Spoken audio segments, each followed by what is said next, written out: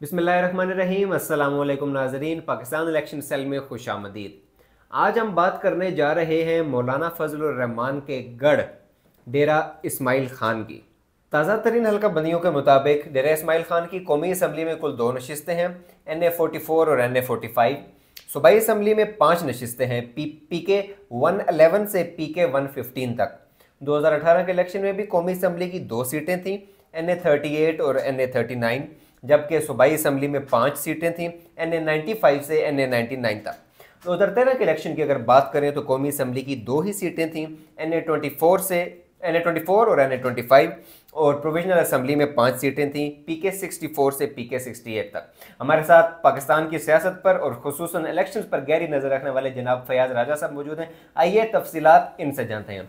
फयाज राजा साहब, जैसा कि मैंने इंट्रोडक्शन में कहा कि मौलाना फजलुर रहमान का गढ़ समझा जाता है डेरा इस्माइल खान को, तो इस बार क्या हालात देख रहे हैं आप? अच्छा, पहले तो मुझे ये लगता है क्योंकि कल की मर्दान की वीडियो में मैंने ये कहा कि मौलाना फजल रहमान साहब मर्दान से फारिग हैं, तो आप सीधा डेरा इस्माइल खान पहुंच गए कि जी वो मौलाना फजल रहमान साहब का गढ़ हमने कहा उनका इलाका है, इसलिए जरा उनको भी थोड़ा टच करें। अच्छा, तो देखिए, रवायती तौर पर जो डेरा इस्माइल खान है 1970 की दहाई से लेके आज तक यहाँ पर 3 जो है वो बड़े खानवादे रहे हैं। एक जो है वो मौलाना फजल रहमान साहब के वालिद मुफ्ती महमूद, पाकिस्तानी सियासत में भुट्टो के अगेंस्ट एक्टिव। और बताना अपने नाज़रीन को ज़रूरी है कि भुट्टो साहब जब इलेक्शन लड़े थे 1970 में, बाकी सारी नशिस्तें जीत गए थे माँ सिवाय डेरा इस्माइल खान के।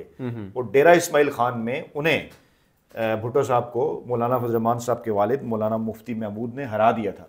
तो यह आपने जहन में रखना है कि भुट्टो साहब जैसा पाकिस्तान का बड़ा लीडर वो मौलाना फजल रहमान के गढ़ डेरा इस्माइल खान में उनसे हारे हुए हैं। फिर हमें समझ आएगी डायनामिक्स PTI की भी सही और इमरान खान की भी। दूसरा बड़ा खानवादा जनाब वहाँ पे कुंडी ख़ानदान हमेशा से रहा है, रवायती तौर पर पाकिस्तान पीपल्स पार्टी के करीब रहा। 2013 में कुछ कुंडी ख़ानदान के लोगों ने PTI के प्लेटफॉर्म से भी इलेक्शन लड़ा। अभी फैसल करीम कुंडी जो है वो पाकिस्तान पीपल्स पार्टी में है, तो अब्दुल करीम कुंडी शायद हुआ करते थे, मुझे याद, अगर मैं भूल ही रहा उनके वाले पीपल्स पार्टी के अंदर। तो जनाब कुंडी ख़ानदान। और तीसरा फिर मशहूर ज़माना जो है वो गंडापुर ख़ानदान, अली अमीन गंडापुर साहब, उनको पाकिस्तान तहरीक इंसाफ क्या पूरी शायद पाकिस्तान के नौजवान जानते होंगे।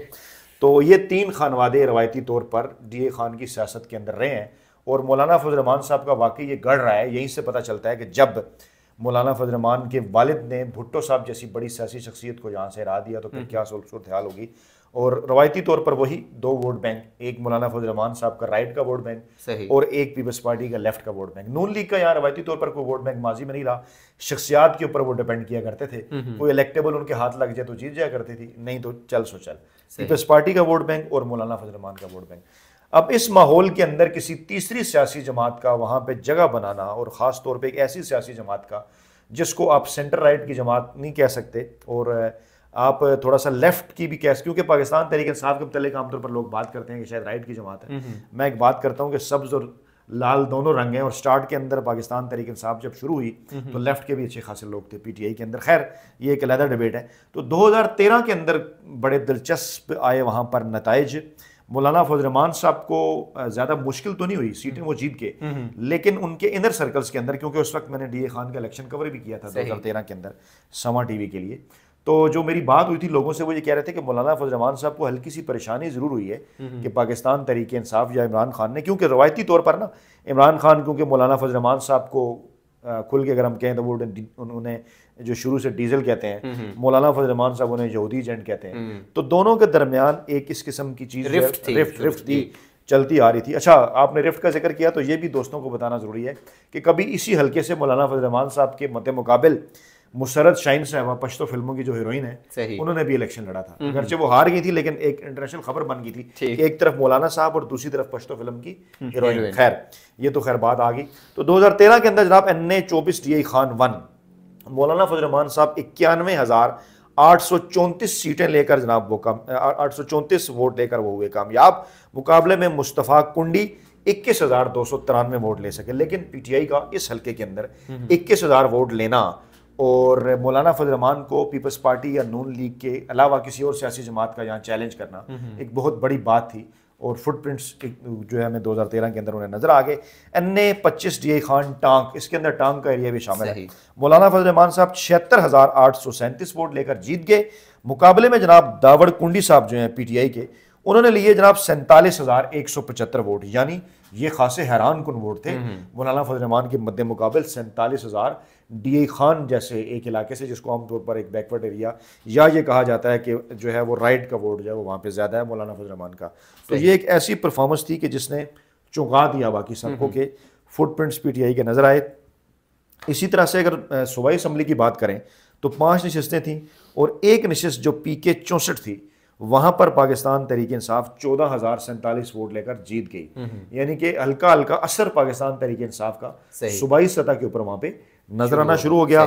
और 3 हल्के वहां पर आज़ाद उम्मीदवारों ने जीते, लेकिन जहां पर 3 हल्के आज़ाद उम्मीदवारों ने जीते वहां एक जगह पर 3,811 वोट PTI का, एक जगह पर 5,963 वोट, एक जगह पर 1,613 वोट और फुटप्रिंट्स उनके नजर आए। एक नशस्त JUI फे वहां पर जीतने में कामयाब हुई और ये बड़ा हैरान कुन था कि ऊपर की दोनों नशस्तें तो मौलाना फजल रहमान साहब जीत गए, लेकिन सूबाई सतह के डायनामिक्स जरा डिफरेंट होते हैं।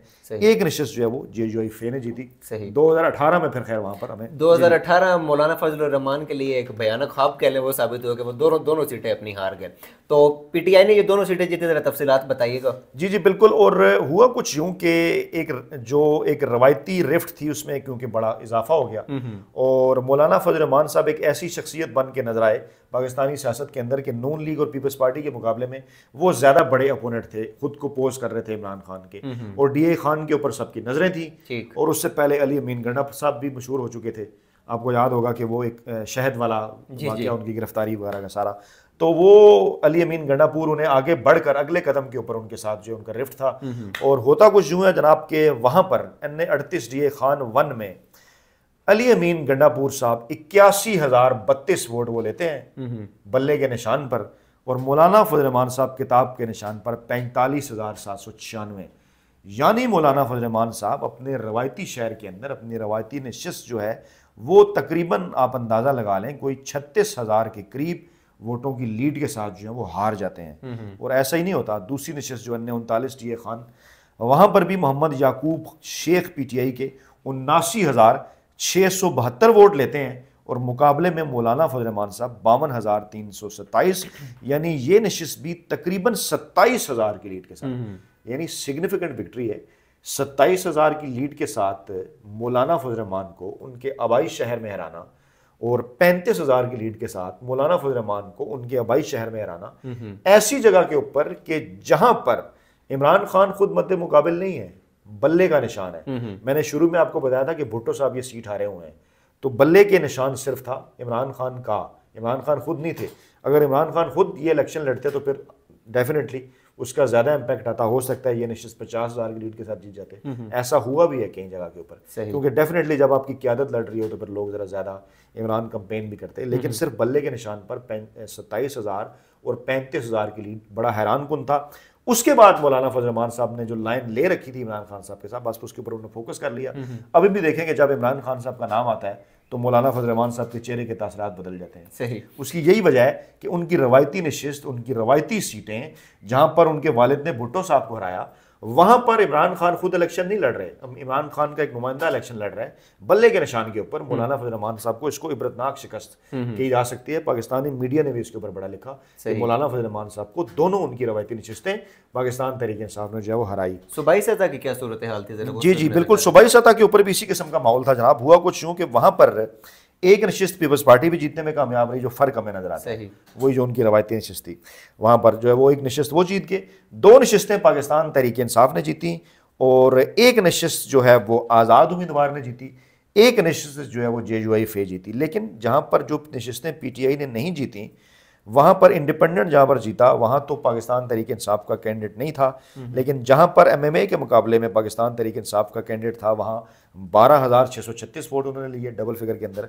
और माफ़ कीजिए, जहां MMA जीती मौलाना साहब वहां 12,636 वोट लिए और जहां पर पीपल्स पार्टी जीती वहां पर भी इन्होंने 10,219 वोट लिए। अच्छा, अब यहां से इस बात का अंदाजा हो सकता है कि 2018 के इलेक्शन के अंदर पाकिस्तान तहरीक इंसाफ ने और इमरान खान ने जो है वो बल्ले के निशान ने मौलाना फजल रहमान साहब को, किताब को जो है वो मुकम्मल तौर पर वाइप अप कर दिया। और उसके बाद की जो प्रो 2018 इलेक्शन की जो सियासत है उसमें वाज़ा तौर पर हमें नजर आता है कि मौलाना फजल रहमान साहब जो हैं वो किस तरह से अब हर एक प्रेस कॉन्फ्रेंस के अंदर जो नाम उनकी जुबान पे सबसे पहले आता है वो ये आता है कि यहूदी एजेंट इमरान खान, यहूदी एजेंट इमरान। उसकी रीजंस हैं, तो उम्मीद है कि नाज़रीन को इसकी रीजन अच्छी तरह समझ आ गई होंगी कि मौलाना फजल रहमान साहब के इतने गुस्से की वजह क्या है। जी जी। सो मौजूदा सूरत हाल के मुताबिक आपको क्या लगता है कि मौलाना फजल रहमान इस बार ये सीटें जितने में कामयाब होंगे या नहीं, या फिर PTI से इब्राज हासिल करेंगे? देखें जी, कागजात नामजदगी जमा करवाने का सिलसिला जो है वो जारी है और अभी अपनी लिस्ट भी सामने आनी है और अब पार्टियां अपने इंतखाबी जो है वो कागजात नामजदगी जमा करा रही हैं। जी जी। या तो ये हो जाए ना कि मौलाना फजल रहमान साहब के मद्दे मुकाबल किसी को आने ही ना दिया जाए, PTI के जो है वो उनके पास बल्ले का निशान ना हो, इमरान खान जेल के अंदर रहें, बाकी भी जो उनके कोई कैंडिडेट वहाँ पे हो उनको भी कागजात नामजदगी जमा ना कराने दी जाए, तो फिर तो हो सकता है मौलाना फजल रहमान साहब जीत जाए। ठीक। लेकिन सूरत हाल क्या है इस वक्त? इस वक्त सूरत हाल ये है कि DA खान के अंदर भी, बाकी KPK के अंदर भी, कि अगर इमरान खान साहब भी ना हो, ठीक है जी, और गंडापुर साहब भी ना हो, बल्ले का निशान होना चाहिए। बल्ले का निशान हो तो मौलाना फजल रहमान साहब बिल्कुल बड़ी सहूलत के साथ ये जो दोनों नशिस्तें एक बार फिर हारने की पोजीशन में है, सही, ठीक है। और पाकिस्तान तहरीक इंसाफ उनसे खासी आगे है, क्योंकि देखें एक इम्पैक्ट था ना, 2013 से शुरू हुआ, 2018 में वो बना, और उसके बाद आप देखें लीड कितनी है। और इस वक्त भी वहाँ पर यही सूरत हाल है ग्राउंड के अंदर, जो वहाँ पे लोगों से, दोस्तों से जो बात होती है कि DA खान के अंदर क्या सिचुएशन है, टर्न आउट अगर अच्छा रहता है 50-55%, PTI का बल्ले का निशान होता है बैलेट पेपर के ऊपर, तो मौलाना फजल रहमान को शदीद मुश्किलात हैं। वो जो कहते थे कि जनाब हमारे खिलाफ धांधली होगी, इस किस्म की चीज़ें, वो बाकी फैक्टर्स को इग्नोर कर रहे हैं, इस मरतबा भी शायद इग्नोर कर रहे हैं। लेकिन कुछ इस किस्म की खबरें भी चल रही हैं कि वो उन्होंने इस ख्वाहिश का इज़हार भी किया जरदारी साहब से कि जनाब इस मरतबा अगर पीपल्स पार्टी वहाँ पे उनके मुकाबले में कैंडिडेट खड़ा ना करे तो वोट तकसीम नहीं होगा।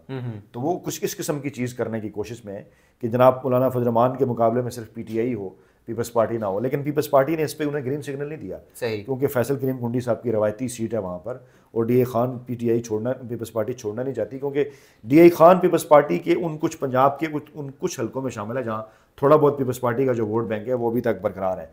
तो अगर सूबाई असम्बली की बात करें तो ये जो दोनों सीटें हैं यहाँ पर तो पाकिस्तान तहरीक इंसाफ बेहतर पोजीशन में है। सूबाई असम्बली की जो बात करें, वहाँ पर मौलाना फजल रहमान साहब, उनकी जो रवायती सूबाई असम्बली की नशिस्त है वहाँ पर, क्योंकि उसमें वोट ज़रा कम होता है टोटल और कुछ डायनामिक्स भी मुख्तलिफ होते हैं, वहाँ पर मौलाना फजल रहमान साहब बेहतर पोजीशन में है। बाकी जो वहाँ पर जो सारी सूबाई असम्बली की जो नशिस्तें हैं वहाँ पर पाकिस्तान तहरीक इंसाफ मौलाना फजल रहमान साहब से खासी आगे खड़ी हुई नजर आती है। सही। तो इस बार JUI खुद इलेक्शन लड़ेगी कि फिर कोई अलायंस बनेगा MMA टाइप जिस तरह? देखिए वो तो एक जमात इस्लामी के साथ उनका फैक्टर था ना, इस मरतबा वो नहीं है। जमात इस्लामी अलहदा लड़ रही है अपने तराजू के निशान के ऊपर, और जो JUI है वो अलहदा किताब के निशान के ऊपर लड़ रही है। तो 4-5 बड़ी सियासी जमातें मद्दे मुकाबिल नजर आ रही हैं वहाँ पर, लेकिन पाकिस्तान तहरीक इंसाफ की पोजीशन वहाँ पर बेहतर नजर आती है। सही। ये नाजरीन, ये थी तफसीलात मौलाना फजल रहमान के शहर डेरा इस्माइल खान की। कल एक नए शहर और एक नई वीडियो के साथ आपके सामने हाजिर होंगे, तब तक के लिए अल्लाह हाफिज़।